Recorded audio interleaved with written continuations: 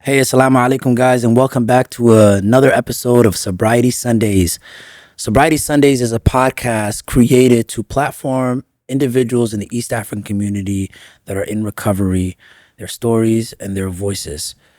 Today, we have a special guest, a special number of guests from Alliance Wellness Center. You guys want to introduce yourselves? Sure. Assalamu alaikum. My name is Yussuf Shafie.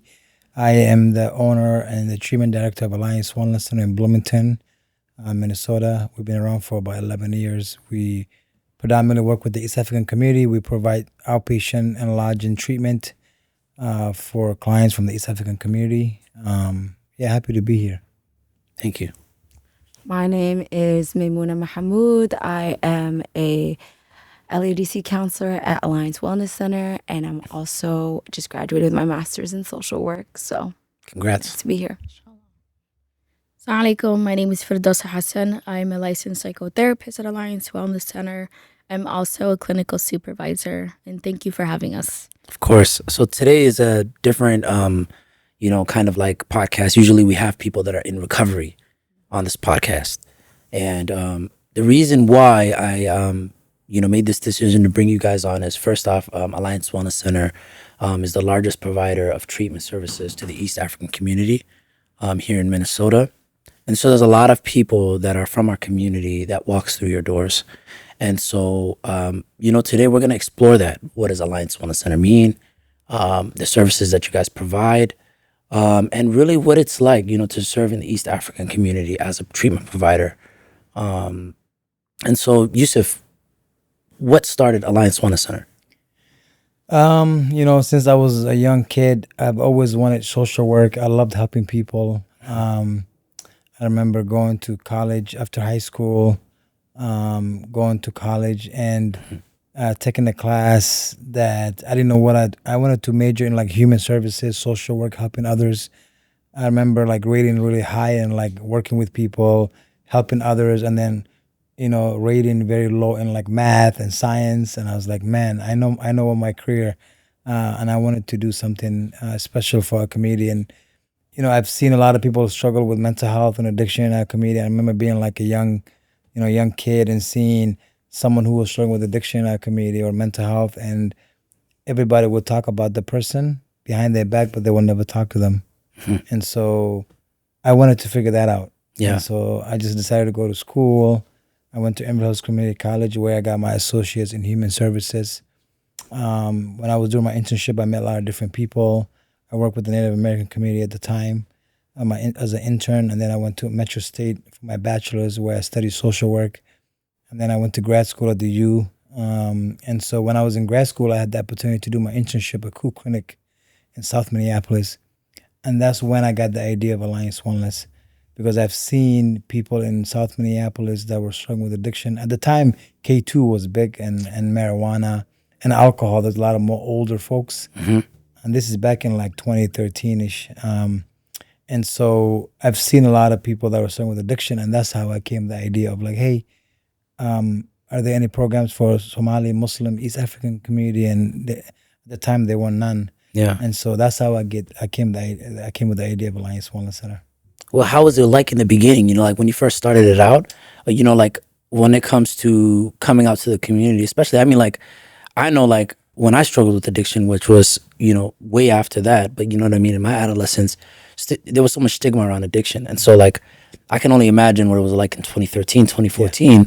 Yeah. What was that like advocating or, telling the community, hey, listen, I got treatment. Yeah. You know what I mean? If anybody needs it, come over here. Yeah, people laughed at me. People said, we are Muslims, we don't do drugs. What are you talking about?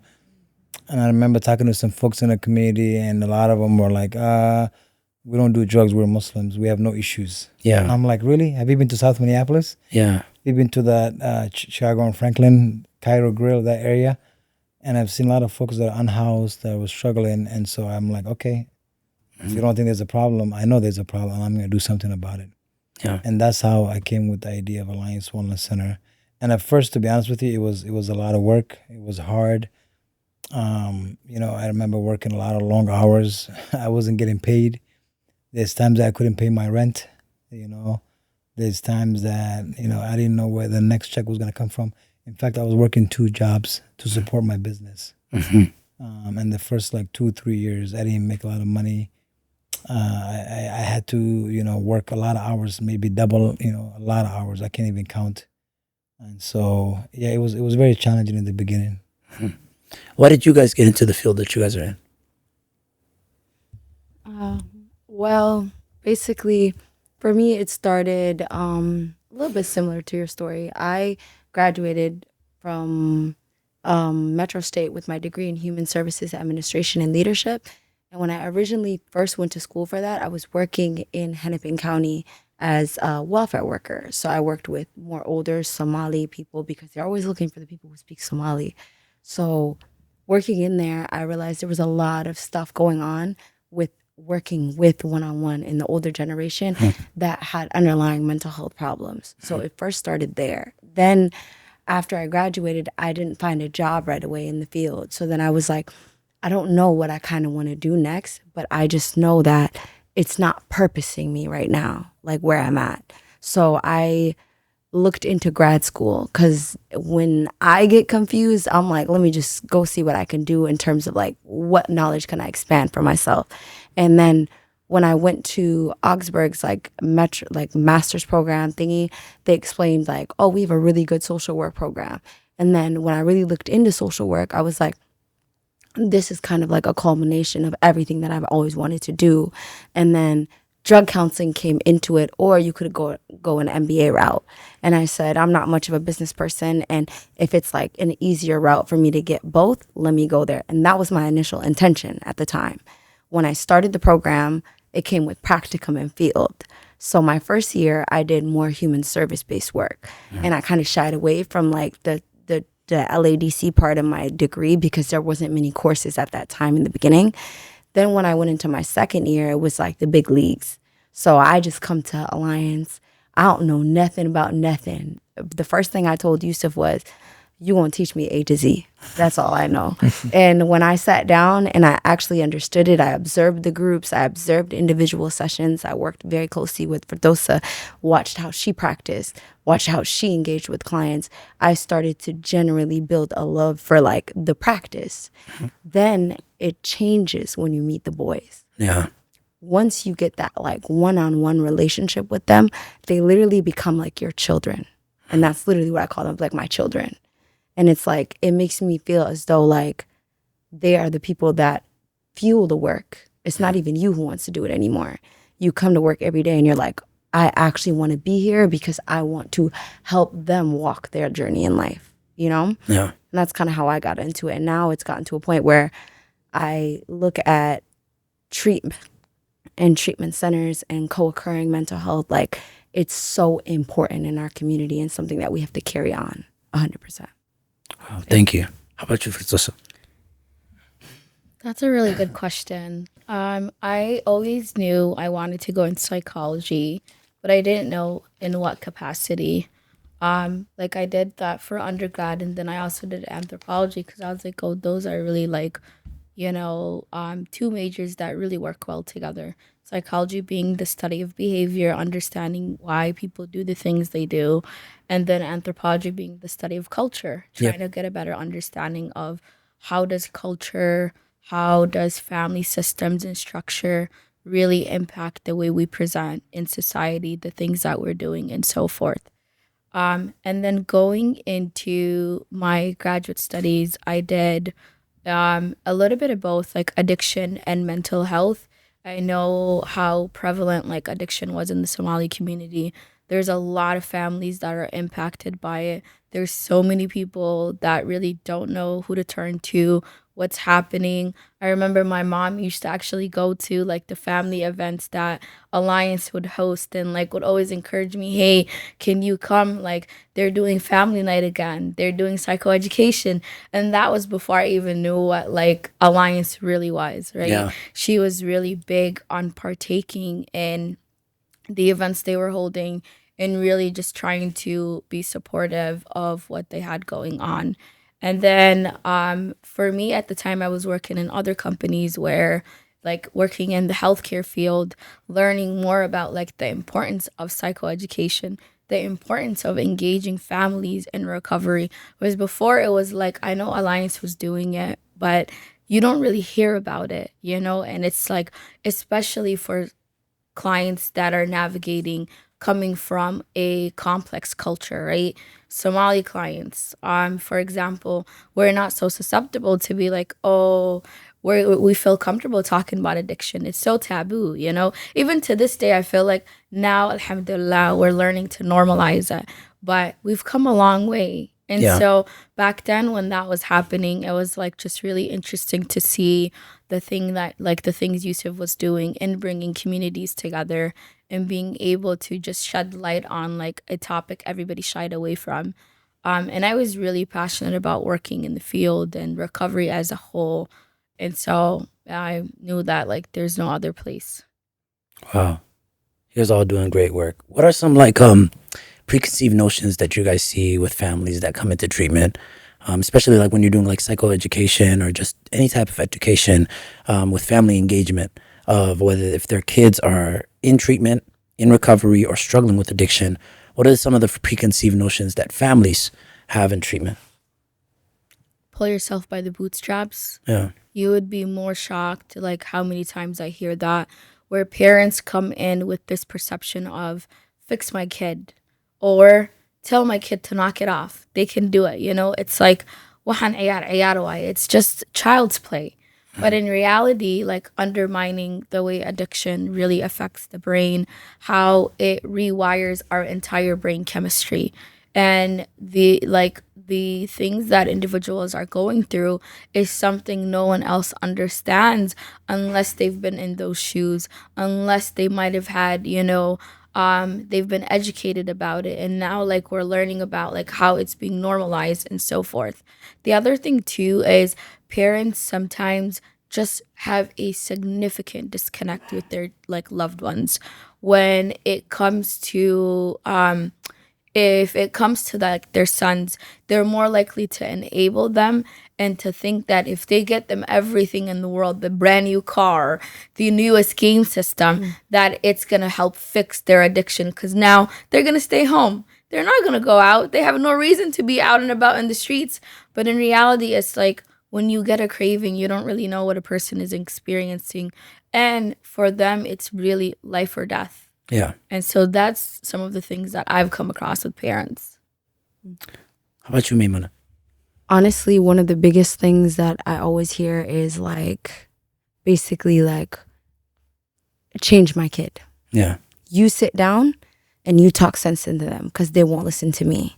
And then the reality of that is your child's suffering from a substance use disorder 9 times out of 10, and then a mental health disorder also that's been undiagnosed, untreated for so many years. And then they'll be like, oh my God, no, not my kid. They don't have no mental health problems. There's no way. They go to Duksi, they pray Salat, they grew up in a like religious family or household. But what the parent is not understanding is none of that negates to the underlying issue, which is there's still something functionally that needs to be worked on. And there's still places that they still need help. So that's probably one of the biggest things I hear. And then the second biggest thing I hear is mostly like, why, like, I see so many other people who have come here and their kids turned out good. Whatever you did to them, do for my kid. And it might not be the same because not every client that you get is going to be the same. There's so many people that are so resistant, and there's so many people that are so open, and there's so many people that are so vulnerable. You get different types of like flavors basically. And it's hard to kind of change your therapeutic style when it's like you're dealing with a client that's resistant versus a client that's extremely vulnerable. Yeah, for sure. Yeah. Yusuf, so one of the things that both of them have been saying is like, this idea of families saying, fix my kid, change my kid, tell them to do this, tell them to do that. And it seems like there's a huge disconnect usually between the parent or the sibling, between the person that's struggling with addiction. Being in the field and someone of your tenure, what do you think is the reasoning behind the huge disconnect between this person that is struggling with addiction and their family? Sure. I think that's a very good question. I think a lot of the families don't understand addiction. Addiction is very complicated disease. It's very complex. And I think a lot of the families don't understand. In our culture, Somalida, but then if someone does something, we like to copycat. So and so daughter or son got fixed, so you got to fix my son or my daughter. And so, and Maymuna mentioned there's a lot of different variables to that. If maybe so and so son or daughter, they were ready to get help, and your son is not in that stage. There's stages of changes, that we talk about. And a lot of families don't understand that. They're like, I always say like this family, and you have to help my son. And so oftentimes the person's not ready. We don't fix people. Yeah. Another misconception is they think like treatment is a place where you bring someone literally. Yeah, that's literally what they call treatment. Yeah, that's the word for treatment. The word they use,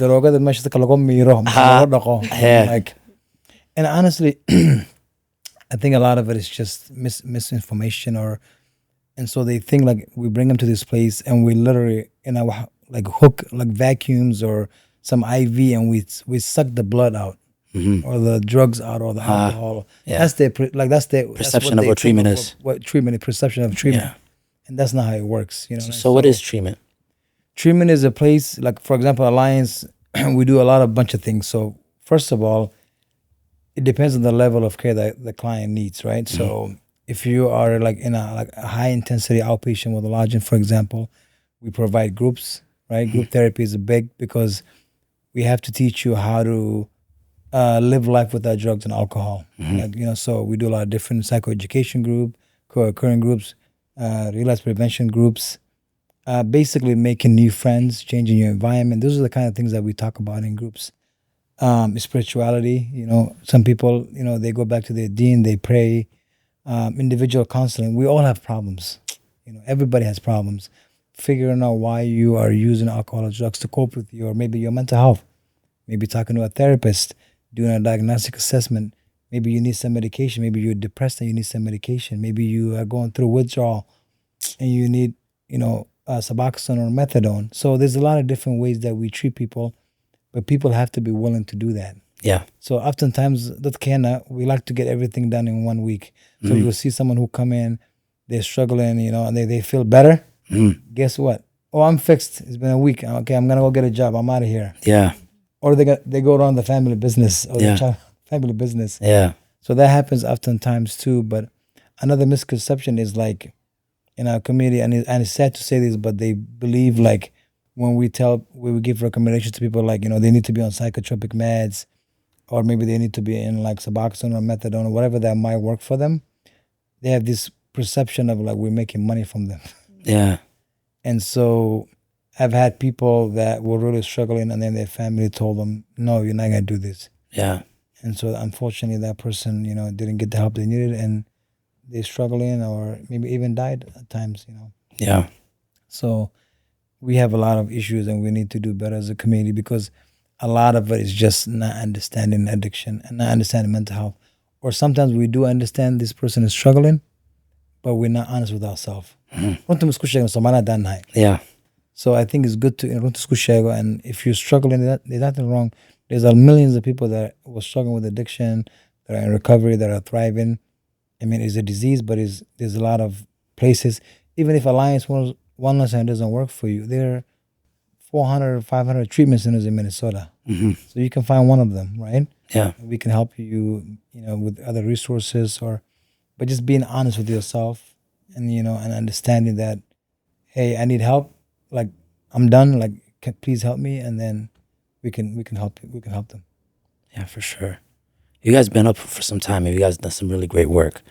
And you guys have served, I believe, in the hundreds or the thousands of people. Thousands, about 5,000 people. You guys have served, alhamdulillah. Past that 10, 11 years. And so of those people, you got to have some success stories. Yes. Today we're going to share them. I want each of you guys to share just one success story of a specific person who's came through. Think of any person. You don't have to say the name. Just tell us kind of a little bit about their story and kind of where they are now.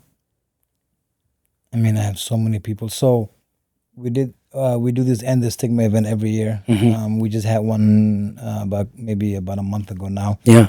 And so we have so many stories. We have so many people that are thriving. In fact, a lot of them are sober. They work at Alliance as a peer support or some capacity.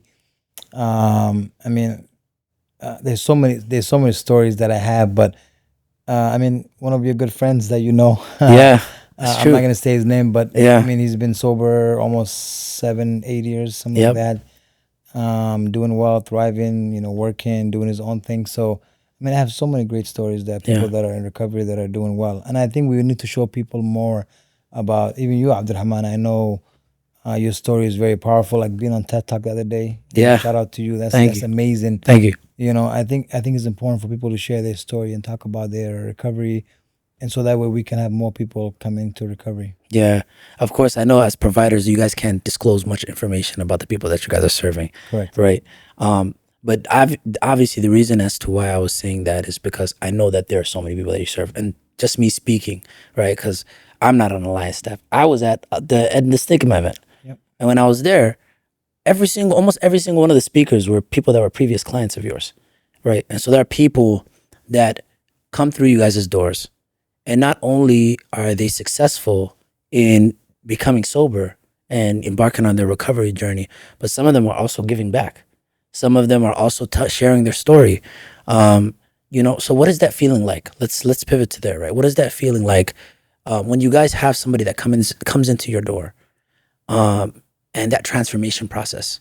What is that? What is that like? How is that as a person? Because every single person that comes into your doors are mostly people from our community, right? And so there are people that look like you, talk like you, act like you, and it's a gruesome process. Some of them don't make it through those 3 months or 6 months. Some of them do. What's that process like? How much of a headache is it, or what are the ups and downs from it? I mean, just to add one thing, I think like when people usually walk through our doors, we take a picture. Yep. Right? We do like a before and after picture, which is kind of interesting. And then we show people when they graduate after 3 months or whatever, or 6 months, whatever the treatment is over, we show them the picture. And they basically day and night, completely different person. And just to add, like we have had people that went through a program that are like married now, have kids. Yeah. Some of them are giving back to them, like they take care of their moms and dads that are older. Yeah. Like that's beautiful. Some of them have jobs. Some of them went back to trucking school and they like own a trucking business. Some of them got they had a lot of cases on their record, and now they were able to expunge that after being sober for 2, 3, 4, 5 years. Just amazing stories. People that are now that are like starting businesses, that are married, that have kids, that are just thriving in life, and that's just so beautiful to see. I would say for me, when it comes to that particular question, and I think Fardowsa, you could echo this, the most headache clients that you'll get are the ones with court problems. Yeah. So we deal with a lot of clients that come in with legal issues, and we work to kind of solve them in a way. And when they see, like once the client sees that you're able to help them in that sense, they become kind of like in a way overly attached to you, because they look at you like you're the problem solver too. But also, we're not the judge, the jury, or any of these things related to their court proceeding. All we are is an advocate and a voice to kind of help guide them through these like systems. And we have these connections, and we write these amazing letters of recommendation for them. So I think probably the most biggest headache would be those clients. But when they come out of it, and you got a client that beat like 1, 2, 3, 4 counties, and they tell you, I feel so good. This is one of the biggest things that was holding me back. This is the thing that was always causing me to relapse. This was the thing that, and now I officially feel like I'm free, like genuinely from the carceral systems. I'm now in a place where I can actually see a future. And we work really hard in trying to help them with that aftercare too. Finding jobs that will take people with records, helping them like with gaining those skills, like those trade skills. Also focusing a lot on what happens when you hear no, because that's going to come a lot, especially now. The journey of recovery in like after treatment, it starts when you're done. Yeah. It didn't start in the beginning. It started when you finished, because now you're going into a whole different environment. So it's honestly probably one of the most rewarding feelings ever, is to get a client that comes back to you I was literally just telling Fardowsa, I have clients that call me every 2 weeks. Yeah. I'm so good, Maymuna. I'm working, I'm doing this, like as if they have to report to me, but they know that if I don't check in this sense, this is the one thing that's holding me back to like making sure I remember, hey, I'm taking care of myself. I'm checking, I'm making sure I'm doing everything right. And I tell them all the time, you don't have to come back and report.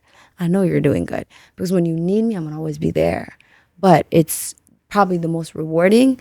But genuinely, there will be times where you want to rip your hair out. But like you get through it, alhamdulillah. And honestly, having a very supportive supervisor, having supportive staff play a big role in like that compassion fatigue that counselors do face. So just knowing when to step back for yourself also is very big. Yeah, for those, you're a therapist, right? I am. So from a therapeutic standpoint, like, because of course there are like external life circumstances that could cause somebody to be stuck in their addiction or to start their addiction, right? But at least for myself, I know in my life, one of the things that really impacted me, or kept me throughout my addiction was not more of an external factor, but an internal one, trauma that I was dealing with. So I want you to talk about, or I want to ask, how was that like working with somebody, that comes in with all these internalized, beliefs about themselves, whether it's self-doubt, hate, anger, depression, trauma, things that they can't really let go of. How is that process like in, treatment and in therapy, right? When somebody comes in and they think that the problem is just addiction, right? And they're sober for a couple of weeks, like Yussuf said, and he's like, yo, I'm good. Yeah, like that's it, but then a lot of times, sometimes people will have these, internalize all this stuff, this weight on their shoulders that they don't even know is there sometimes. From a therapist's point of view, how was that? Explain that to me. So that's a very loaded question. Sorry. No, it's good. It's a very transformative experience because when clients first walk in through my doors, they have this mindset where they gave up on themselves because everybody else gave up on them. Their parents think they, are a burden. To their families, they're actually seen as a burden. And because the world looks at them as their burden, they also began to internalize some of these like negative perceptions. When they come to you, they know that they'll tell you like, I basically don't really have a whole lot of hope. I don't know if I'm going to even navigate these challenges. I'm only here because of the courts. I'm only here because my family wants to me to be here. They are not. Sometimes it's hard for them to imagine what life will look like if they were to beat addiction, if they were to work on their mental health stressors, and to see them really change from being a space where they're anti everything to learning to engage in self-acceptance, create positive experiences while also working towards actually having a future, like it really goes a long way. Because a lot of these clients like also give up on that aspect of what the future looks like. They just want to make it to tomorrow for a lot of them because they've either dealt with like crises throughout their lives that have kept them stuck in the cycle of addiction. So being able to come to therapy, I always tell them like this is a safe space for you where you are able to work through all the stressors, all the challenges, everything you've got going on without any judgment, without worrying about who it's going to get back to, without worrying about like the mask you're carrying. Because a lot of the times they're putting on these masks to please everybody else in their lives or to meet ends where they're expected to show up as, versus when they're in a therapeutic chair, it's all about them. I always love to tell them like this is the only time you could be selfish with your time, with your energy, with your goals, what you bring to the table, because you have no responsibilities aside for yourself. You only have a responsibility to put your best foot forward because you want to be a better person than who walked in through those doors. Yeah. And over time, you really get to see each like layers being shed from anti-therapy, anti-everything to where they're like every life changes. They're coming to share with you, whether it's rekindling relationships with family, right? and creating healthy communication patterns. Or even if it's like small milestones, I got my license. Yes, you finally got an ID. Amazing. And like meeting them where they're at and celebrating every win as if it's a major win. Because for them, they are making major moves. And, it's very honorable things that they're working on. Wow, that was great. That's dope. That was dope. Called new characters unlocked all the time. It's having real conversations, man. And this is real. Especially when it comes to therapy. I think in the Somali community is something that is very shied away from, especially for men, right? A lot of guys, they don't think that therapy is something that will help them. They're like, yo, I got my boys. Why do I got to talk to a therapist? Or like, why am I going to talk to somebody I don't even know? Or, I can figure this shit out myself. And I think that if I could say one for myself, therapy changed my life. I was in therapy for about 3 years. And a lot of my brothers, a lot of my family members, friends, they've all been in therapy. And I really do think that it took a long time for me to accept that I needed that type of help and that I needed to be able to figure out how to navigate my emotions. This is it well into my recovery. I didn't start therapy until 2 years into my recovery. So for 2 years, I was really just struggling, navigating my emotions, experiencing burnout, grief, dealing with all of those things and not knowing how to process those emotions. But through therapy, I was able to deal with them and learn how to navigate them. And I think every single person should, whether in recovery or not, try therapy at least one time in their life. So in treatment, we have the good and we also have the bad. Relapses are part of recovery. What are some of the things that you guys experience when somebody relapses, whether inside the facility or out? How do you guys deal with that as a therapist, as a counselor, as a treatment center counselor as well, social worker? He's just a man of many hats. But in those spaces, how do you guys operate with that? How do you guys deal with that? There's always a plan for a plan. Honestly, it's just creating a safe space to let them know we're all human. We make mistakes. We are not expecting people to get it right the first time. And there's reasons why we have plans for things, right? Helping people create relapse prevention planning and supporting them. That is, if they want to continue being in programming and work through some of those challenges and come to a space where they feel like, okay, I messed up, but what do I do from here? How do I like fix things from here? Or how do I come back from here? The scariest part is though, when a client has graduated or has left programming and they relapse, because at that moment it is life or death. You don't really know who they're around, what they're using, what support system they have, and or if they have the resources. Like, do they know to go to the detox centers? Do they know to have a Narcan on hand? One of the scariest things too is like with fatal overdoses is that people who were sober for a while, who just did one small thing, and it was a trifecta effect from there. Whether they ended up in the hospital, and unfortunately, subhanallah, a lot who've lost their lives to things like that. Yeah. It's life or death. How do you guys deal with that grief? It's hard. Being in the space. I know so many people, Allah yarhamuha, that have died, you know what I mean? And a lot of them actually haven't been through your facility, right? And so I want to ask you guys, like, how do you guys deal with that grief? Yussuf, like, there's people that, you've known that have come into your space. You guys worked with them directly. And then just like instantly, they're gone, they're dead, or at that graduation day. Like, what is going through your mind when somebody's graduating and they're gone and they're leaving the facility, and don't come back, and some never come back, Yeah, well, it's one of the hardest thing, Unfortunately, I've been to a lot of janazas. I saw you there many times, and unfortunately, we have lost a lot of young people to opioid overdoses. It's definitely not easy. Wallahi, that's why I encourage my staff our staff to take a mental health day if they need it.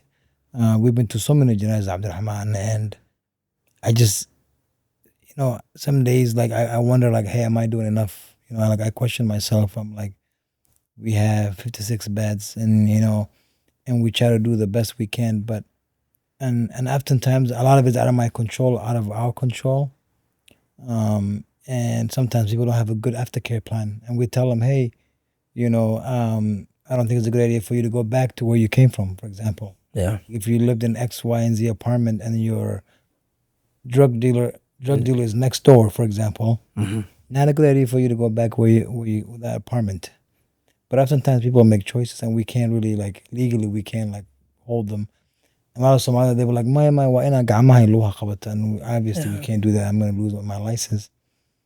But it's definitely challenging. And some days I feel like we had about a month ago we had a death that was very, very like tragic for all of us.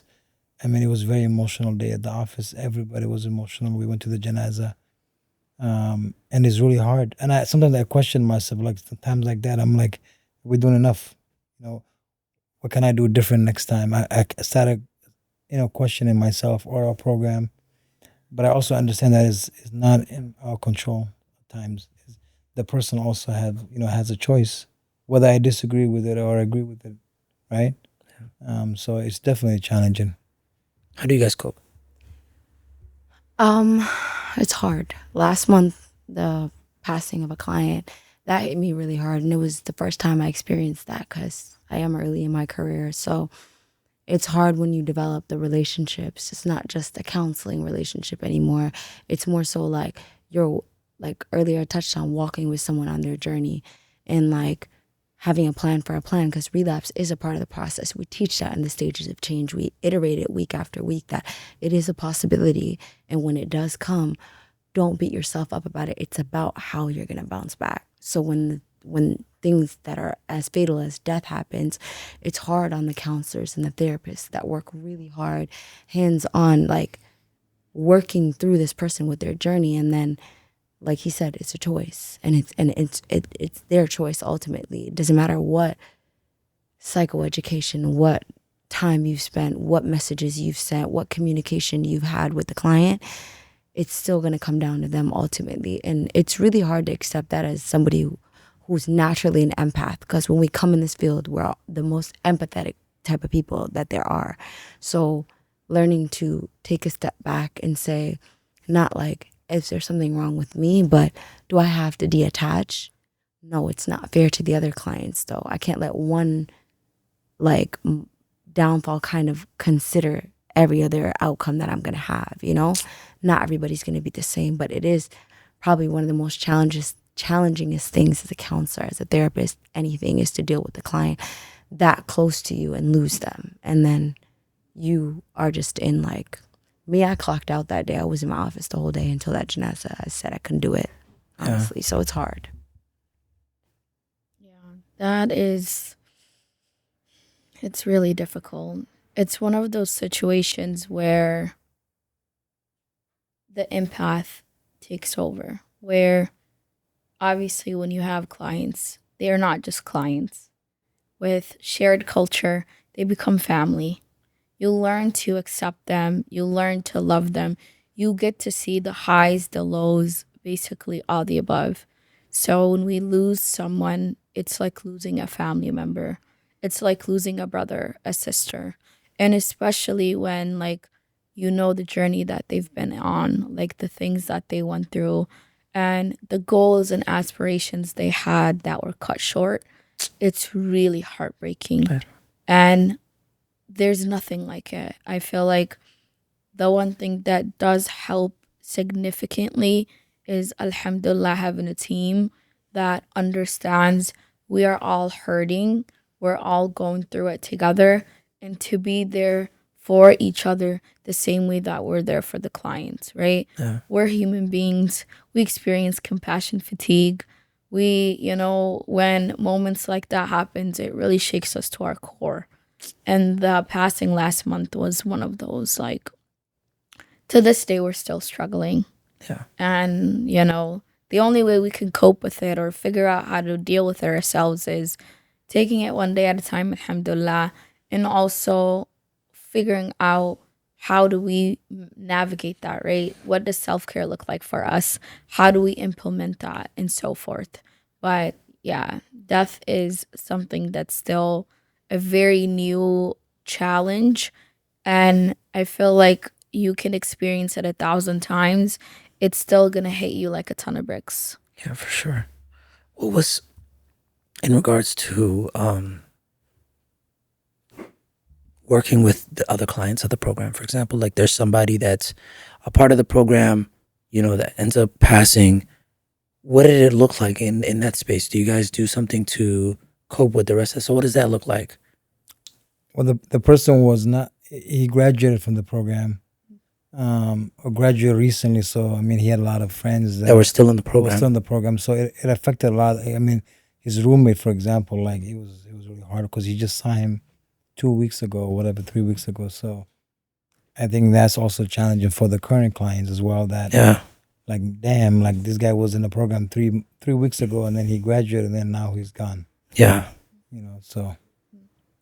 But for the other clients, what we try to do is hold space for them. We have opportunities where we really open the floor to work through grief. Grief is not a linear experience. There isn't one way where you're like, oh, here you go. This is the way to approach it and you fix it.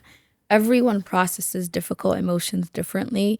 And so holding space is the most important thing and working with each person where they're at. Some people will want to verbalize and share. I personally really enjoy sharing about happy memories of the individual so that I know it's like, alhamdulillah, they had an amazing life. Whether it's towards the end or whether it's a short period, they had a really good thing going for them. Whereas for some of our clients, because they've been so used to numbing their emotions with drugs or just not experiencing emotions, it's hard for them to channel some of these emotions, right? For them, it could be like the next thing that's stopping them from a relapse themselves. Or they, once, alhamdulillah, they learn and they see what, like if it was overdose related or if it was other concerns and stuff, they actually come together and support one another.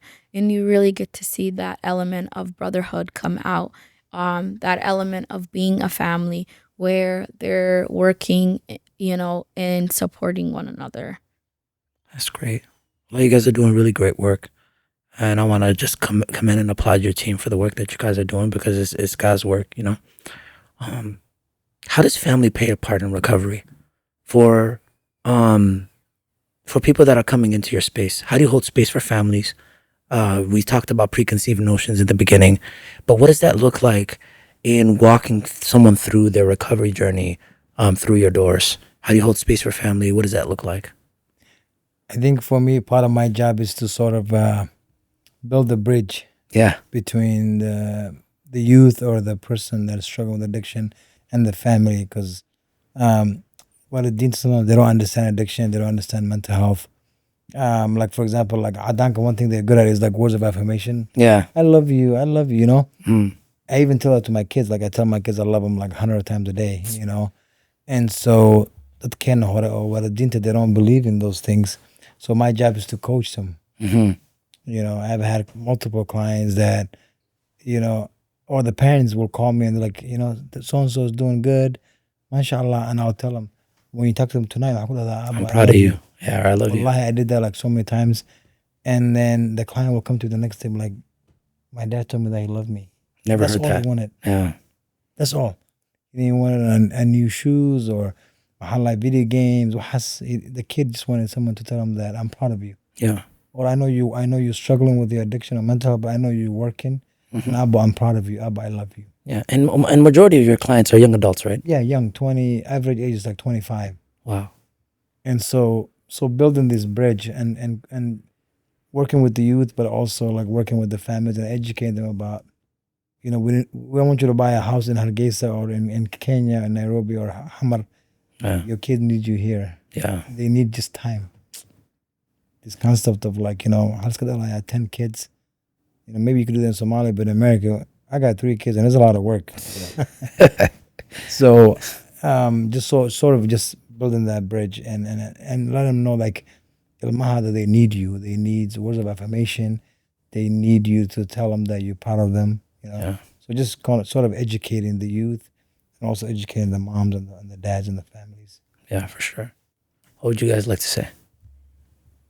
Honestly, for me, it's more so like when I get a client and family plays a role, and a lot of the times I don't have the use of information just yet, and he might have had a conversation before and it didn't come to me.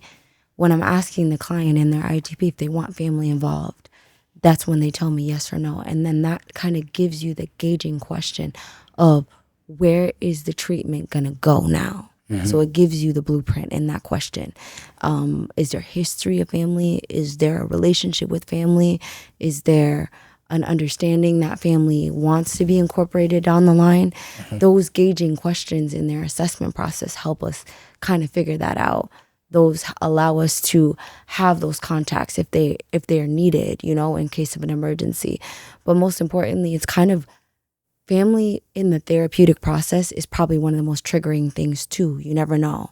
So even gauging it or bringing it up and leaving it at that one question gives you kind of all the answers that you need, like as a counselor or a therapist. It's kind of like you can fill your own boxes or you can work to get them filled with them. But it's more so like, for me personally, I don't do too much on family in the beginning, because getting the client to even show up right now and sit across from me and they're ready, like truly ready, they're about to commit, we'll see where it goes from here.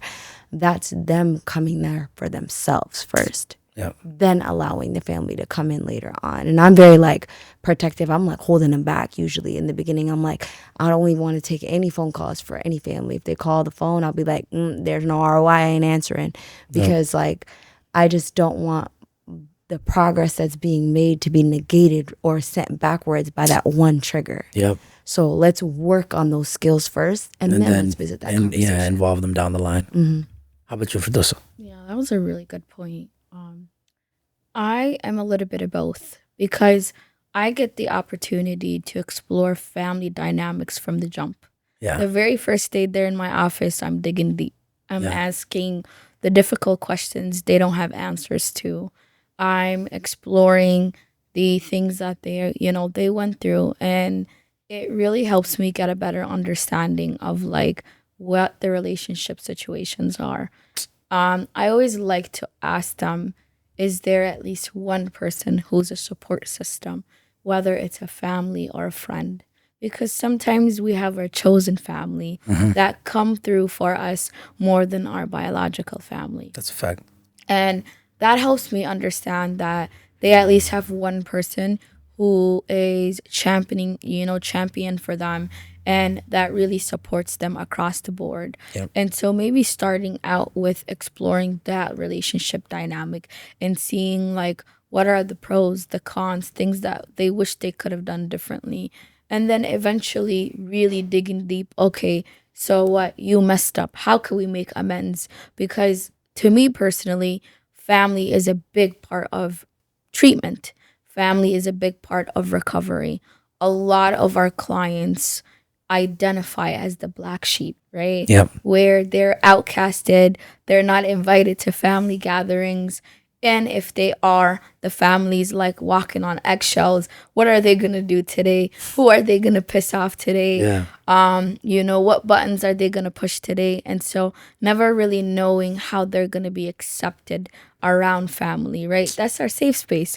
We should feel comfortable, do things that we wouldn't do around other people when it comes to family. But, it's honestly just helping them bridge the gap and understanding like, okay, so what? A few difficult conversations happen. Where do we go from there?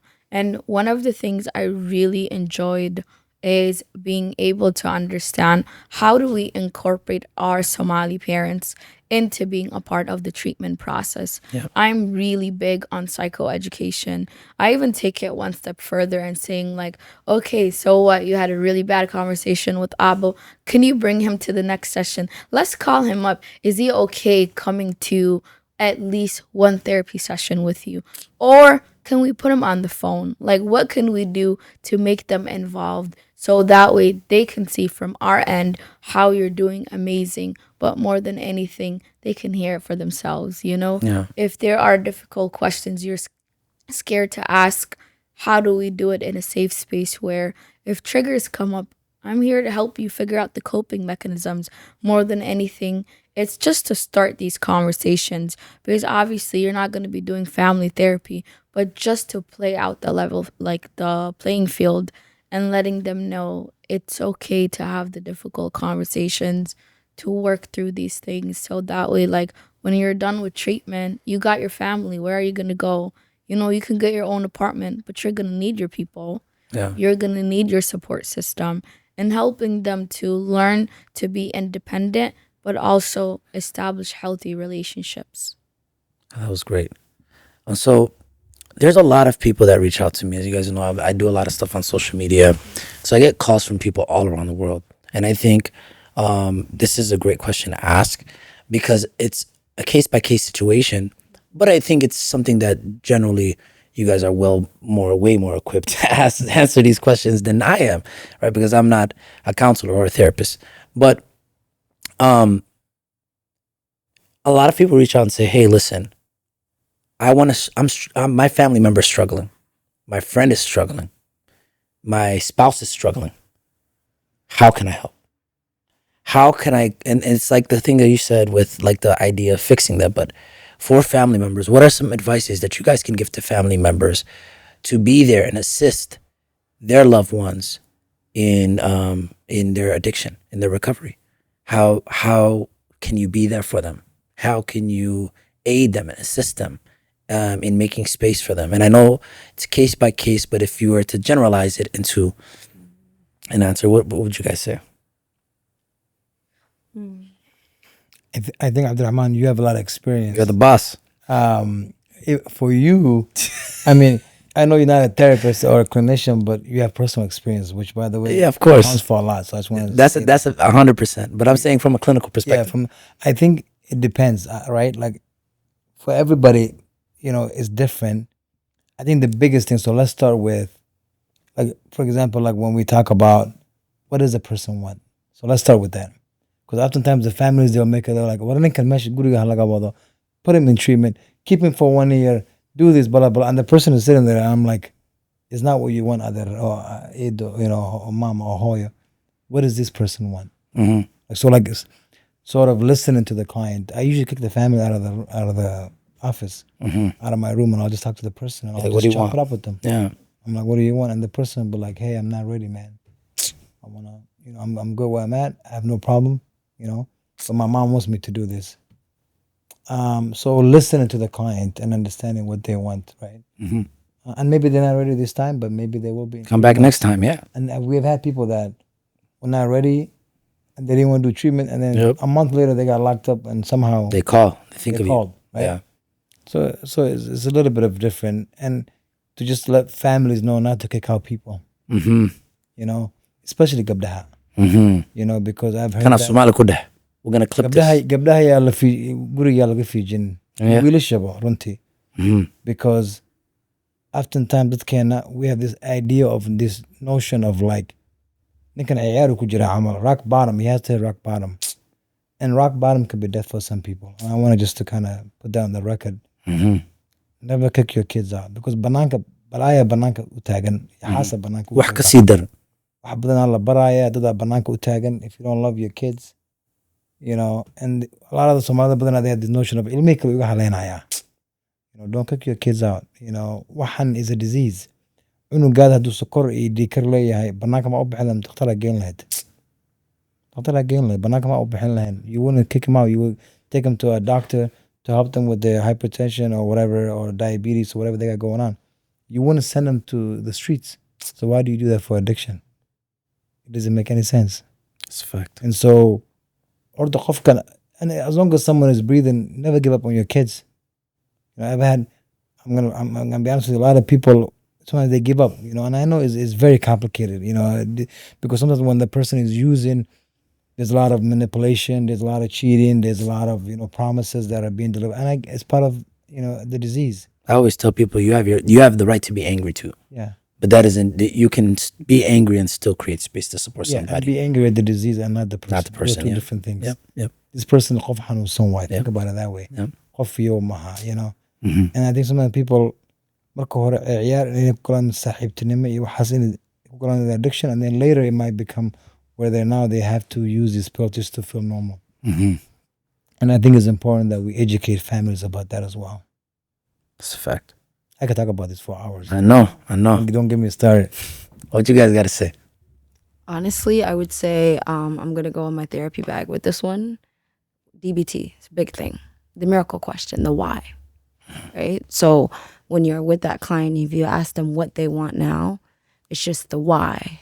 So when you ask the why, it's kind of gonna paint out the next steps. And I think for me, I'm always like, my strategy is problem solving. And it can be helpful and harmful, because then we can skip everything in the middle and that wouldn't be helpful.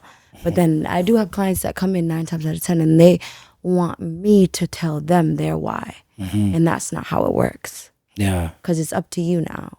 You brought yourself here. What would the advice be for other people if they want to support their family members or friends that are struggling?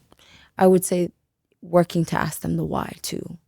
And like asking them, hey, what is it that you want to seek? Like he said, and then why do you want to seek it?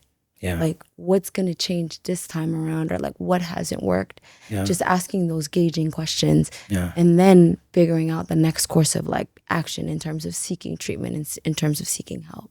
I would say those are the most important things. Yeah, making a connection with them. A lot of times I feel like, I say myself, when I struggled with addiction, I didn't have a connection with anybody. None of my siblings, my family, my mom, my dad, they were just kind of like, what do they call them, NPCs in my life. Nobody else mattered. Even though they were angry, I felt all those emotions. I didn't have a deep connection with anybody. It wasn't there. I couldn't. Yeah. You know, it was really hard for me to even develop that connection.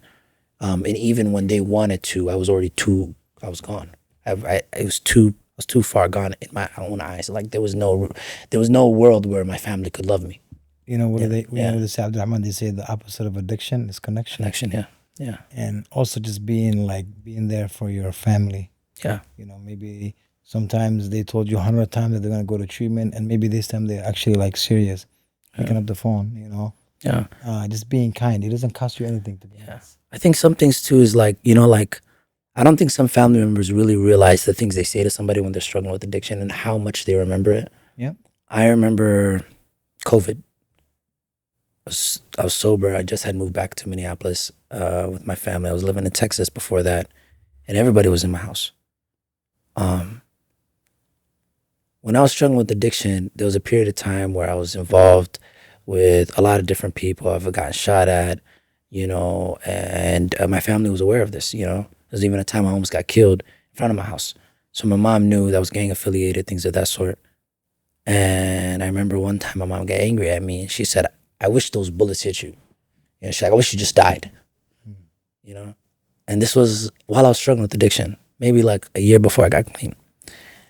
I don't know what it was in this time period when we were all in the house in COVID, but one night I came to my mom with tears in my eyes and I just said, why'd you say that to me? You know? I was like, and I remember, you know, like I said, like, Hoy, did you really want me to die? Like, well, too bad, I'm still alive. Like, I'm sober. Well, like real shit. Like, and I was crying, man. I was crying so many tears because I really thought my mom thought I would be better off dead, you know? And I remember, like, this changed my mom's entire experience on addiction. And she tells me that to this day.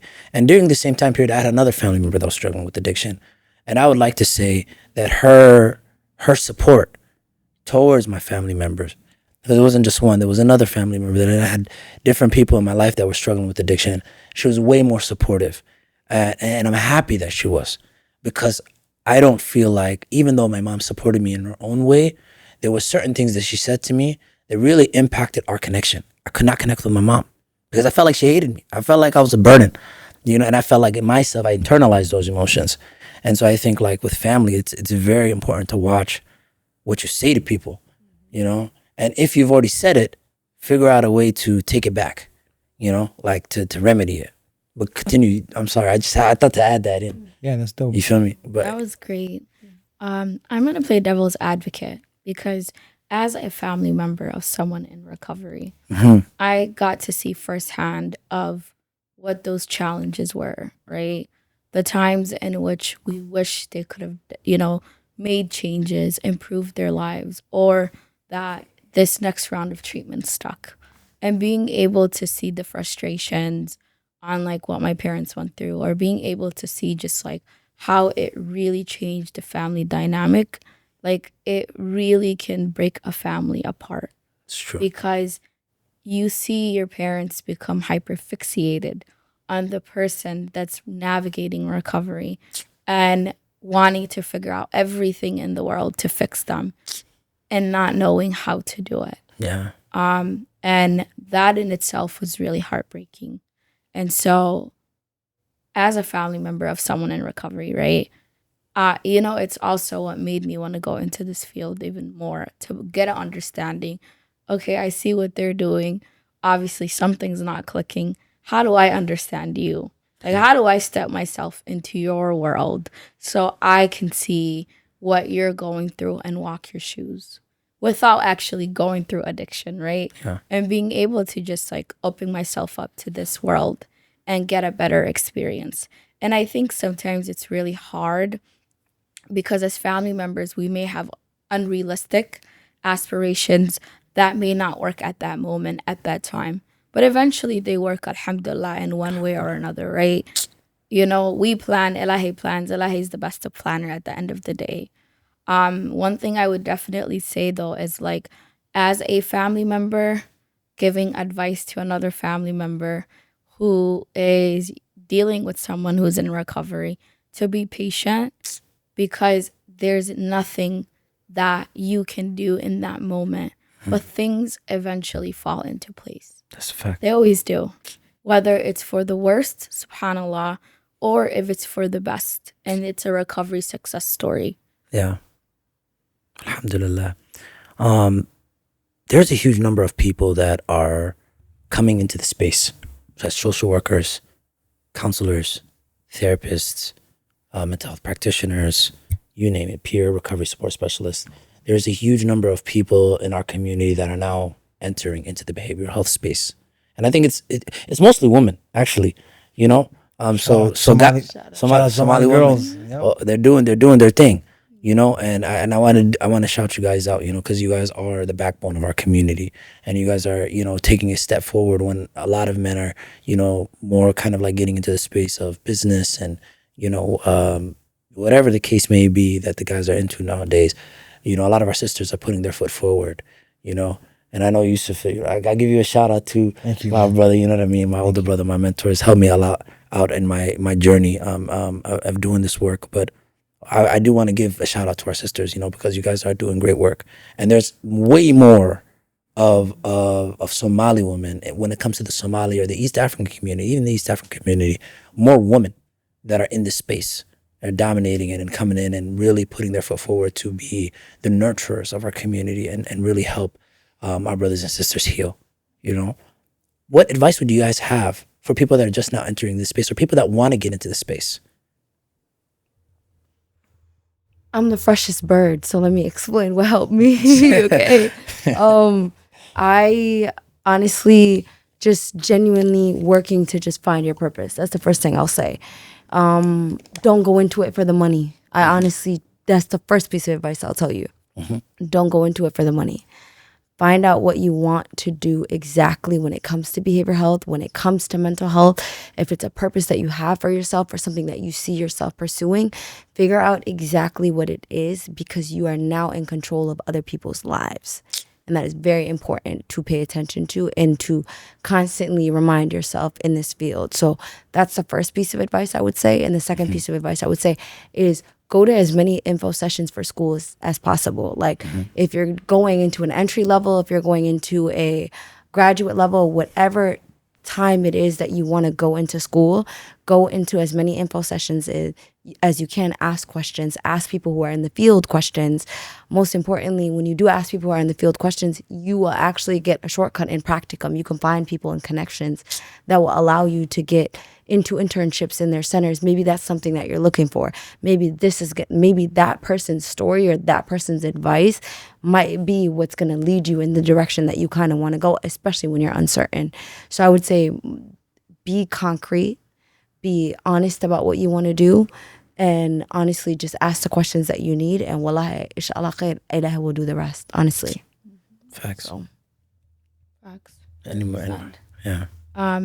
I would say get comfortable with the uncomfortable because you're learning to navigate uncomfortable stories, uncomfortable circumstances for clients, for families, for the people that you're going to be working with. And being able to understand no 2 days are going to be the same.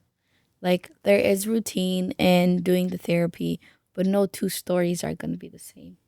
The clients that you work with, there's not going to be a linear pattern to figuring out what that looks like. So being able to be adaptable, being able to work with complex cases, and being open minded to learning to grow, whether it's, in gaining more education or growing by being around like minded people who have greater insight, who are willing to show you a thing or two to help you navigate that. Um, and definitely sit in tables that even if you think you don't belong in those tables, you belong, you have a seat. No one can take that away from you, but you got to come across that you know that because if you don't, then how is everyone else supposed to know that? And as somebody new navigating this, I would definitely say go talk to your professors, go to the networking events, and make these connections.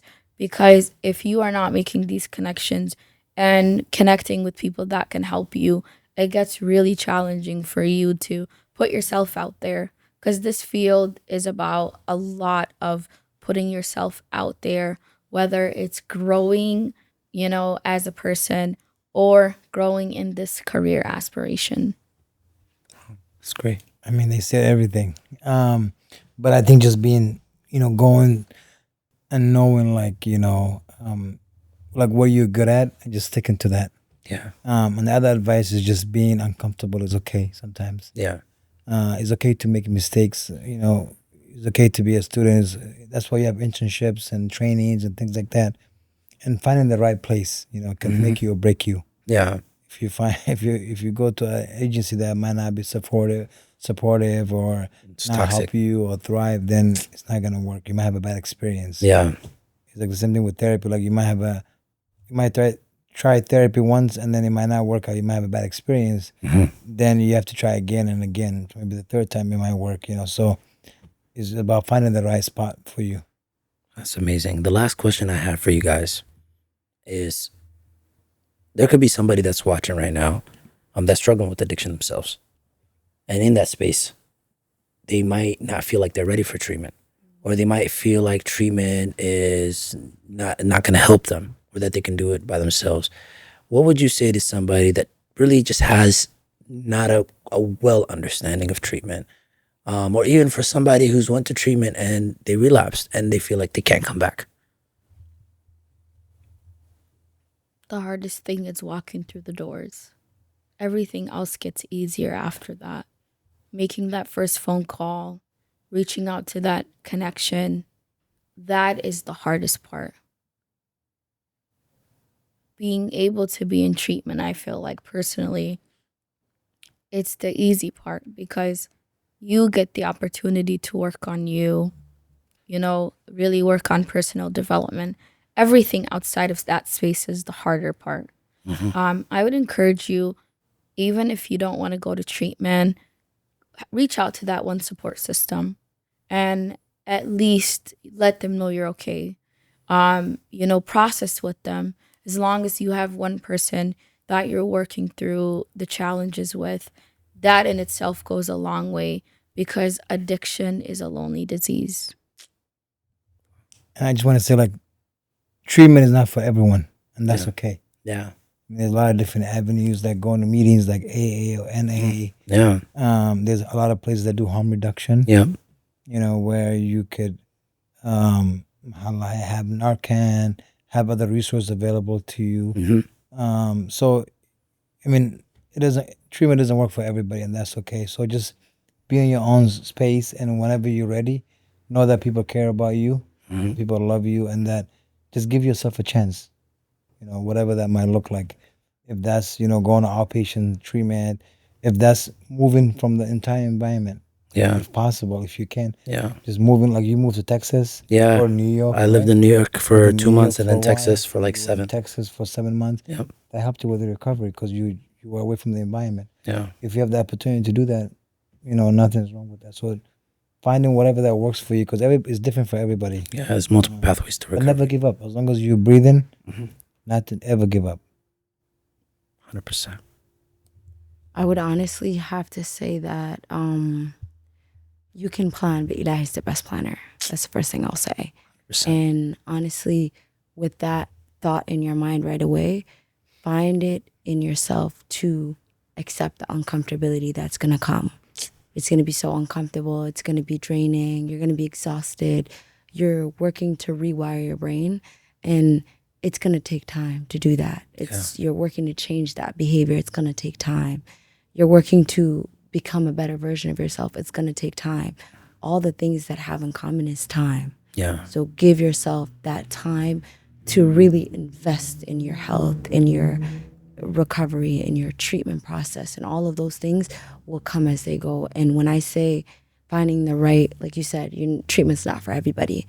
Finding the right therapist, finding the right counselor, be picky, be choosy, be upset, be angry. Bring all of that to the center that you're gonna choose if treatment is an option that you want to take. But like honestly, it's going to be uncomfortable altogether.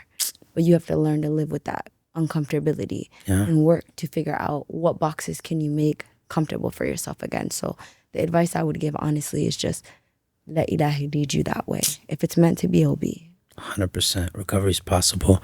I want to thank all of you guys for coming on and talking and sharing the different things that you guys do and your plans and kind of really just paving the way. Yussuf, I thank you. Maymuna, Fardowsa, you guys are amazing. Wallah, you guys are very eloquent.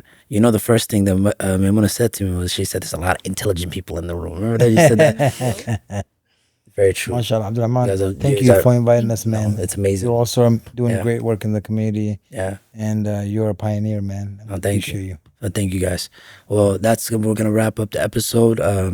Tune in next time, guys. Peace.